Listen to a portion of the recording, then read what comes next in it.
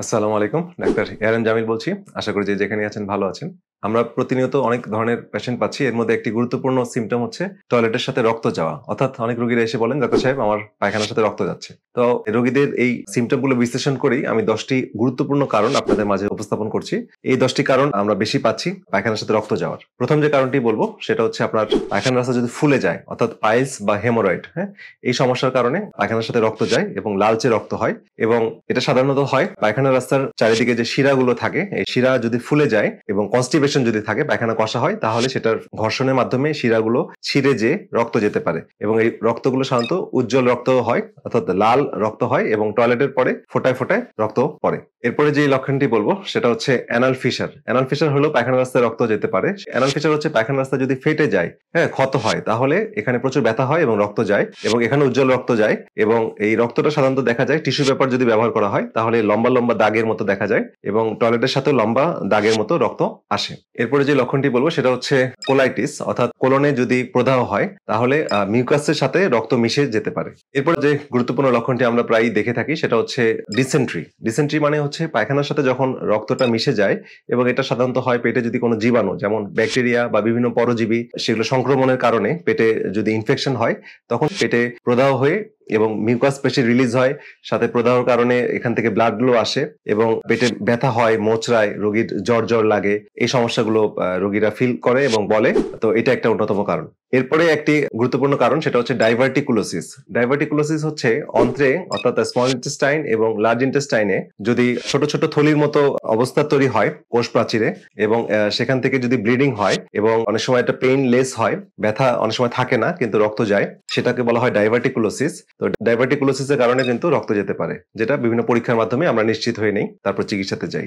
এরপরে আরেকটি গুরুত্বপূর্ণ কারণ সেটা হচ্ছে আইবিডি অর্থাৎ ইনফ্লামেটরি বাউল ডিজিজ, যেটা দুটি ভাগ আছে, একটা হচ্ছে আলসারেটিভ কোলাইটিস, একটা হচ্ছে ক্রনস ডিজিজ। এটা হচ্ছে স্মল ইন্টেস্টাইন এবং লার্জ ইন্টেস্টাইনে দীর্ঘদিনের প্রদাহের কারণে যদি ক্ষত হয় এবং এই ক্ষতটা সাধারণত লিকি গার্ড থেকে শুরু হয়, পরবর্তীতে ফুড সেন্সিটিভিটি এবং ফুড অ্যালার্জি যদি বেশি হয় এবং বিভিন্ন কারণে এটা হয়, তো এটা হওয়ার পরে যদি আমার ক্ষতটা হয়ে যায় এবং ব্লিডিং হতে থাকে, সাথে ব্যথা থাকতে পারে, ওজন কমে যাওয়া, জ্বর জ্বর ভাব, ক্ষুধা মন্দা, এই সমস্যাগুলো থাকে এবং বিভিন্ন অটোইমিউন ডিজিজ শরীরে দেখা দেয়, তাহলে এটার একটা কিন্তু গুরুত্বপূর্ণ কারণ এবং টয়লেটের সাথে এই আইবিডির কারণে রক্ত যায়। এরপরে যে আরেকটি কারণ এবং এটা খুবই অ্যালার্মিং অর্থাৎ ভয়ঙ্কর সেটা হচ্ছে ক্যান্সার বা পলিপ। হ্যাঁ, তো পলিপের চেয়ে ক্যান্সার খুব মারাত্মক। ক্যান্সার যদি আমাদের কোলনে এবং স্মল ইন্টেস্টাইনে বা লার্জ ইন্টেস্টাইনে বা রেকটামে হয় তাহলে ব্লিডিং হতে পারে। রক্তের রং অবস্থান ভেদে রক্ত যদি স্মল ইন্টেস্টাইন থেকে আসে বা কোলনের উপরে পার্ট থেকে আসে তাহলে একটু কিছুটা কালচে হতে পারে, কিন্তু নিচের দিক থেকে যদি আসে অর্থাৎ রেকটাম বা সিগময়েড কোলন থেকে আসে তাহলে অনেকটা লালচে কালারের হবে। তো এই রক্তগুলো কিন্তু যখন যাবে, রোগীর ওজন যদি কমে যায়, ক্ষুধা মন্দা হয় এবং জ্বর জ্বর থাকে এবং হয়তো বাউল হ্যাবিট চেঞ্জ হয়ে যাচ্ছে, অর্থাৎ রাতের বেলা ঘুম থেকে উঠে বাথরুমে যেতে হচ্ছে, রক্ত যাচ্ছে, এই জাতীয় সিমটম থাকলে দেরি না করে চিকিৎসকের শরণাপন্ন হবেন। এটা কিন্তু একটি মারাত্মক রোগের কারণ অর্থাৎ ক্যান্সারের একটা গুরুত্বপূর্ণ লক্ষণ। এছাড়া আরেকটি কারণে রক্ত যেতে পারে সেটা হচ্ছে বিভিন্ন কৃমি, হ্যাঁ, বা পরজীবী, যেটার মধ্যে হুকওয়ার্ম ইনফেকশন, সেটা একটা কমন কারণ। এটার কারণে কিন্তু টয়লেটের সাথে রক্ত যেতে পারে।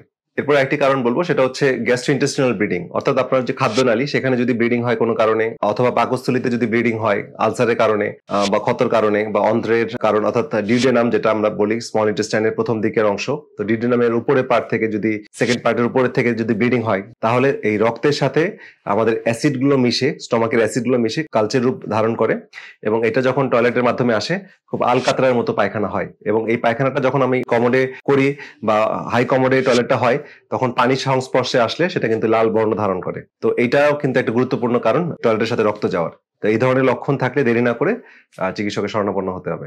শেষ একটি কারণ বলছি, ১০ নম্বর কারণ সেটা হচ্ছে এটা খুবই কম পাওয়া যায় অর্থাৎ অত কমন না। এটা হচ্ছে অ্যাঞ্জিওডিসপ্লেসিয়া অর্থাৎ অস্বাভাবিক রক্তনালী যদি অন্ত্রের মধ্যে দেখা যায় তাহলে সেখান থেকেও কিন্তু ব্লিডিং হতে পারে। তো এই জাতীয় সমস্যাগুলো থাকলে প্রথমে যেটা করতে হবে সেটা হচ্ছে এটার মূল কারণ অর্থাৎ রুট কজটাকে ফাইন্ড আউট করতে হবে। এটার জন্য বিভিন্ন পরীক্ষা নিরীক্ষা আছে। আমাদের রক্তের কিছু পরীক্ষা করতে হবে, টয়লেটের কিছু পরীক্ষা করতে হবে, ইভেন কোলোনোস্কোপি বা এন্ডোস্কোপি সাহায্য লাগতে পারে।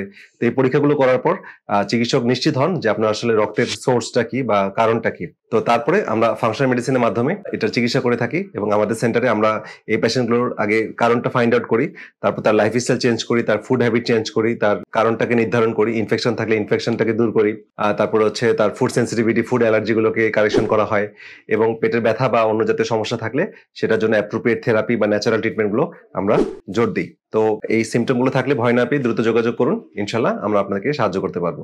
আমাদের ভিডিওগুলো আপনাদের জন্যই করা এবং জনস্বার্থে এই ভিডিওগুলো যত বেশি আপনারা প্রচার করবেন আশা করি অন্যরা তত বেশি উপকৃত হবে।